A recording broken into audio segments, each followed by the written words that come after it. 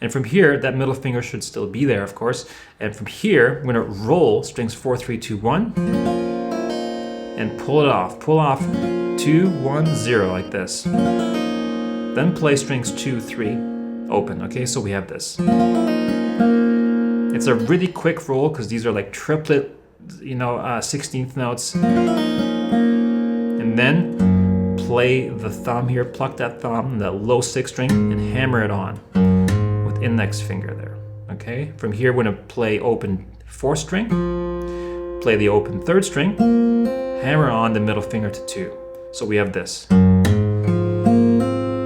Then pluck the 2nd string with the ring finger, then middle finger here, plucking the 3rd string again, and then index finger is going to pluck the 4th string, and then thumb is going to pluck that. So we're kind of going up and down, right? If you look at the sheet music there that's provided, you can see this this hill, this arpeggio going up and then arpeggio going back down.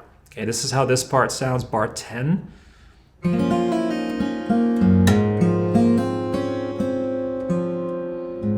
Again, notice that we're slowing down the time as we go towards the end.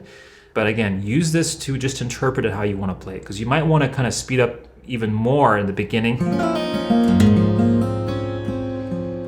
or even slower.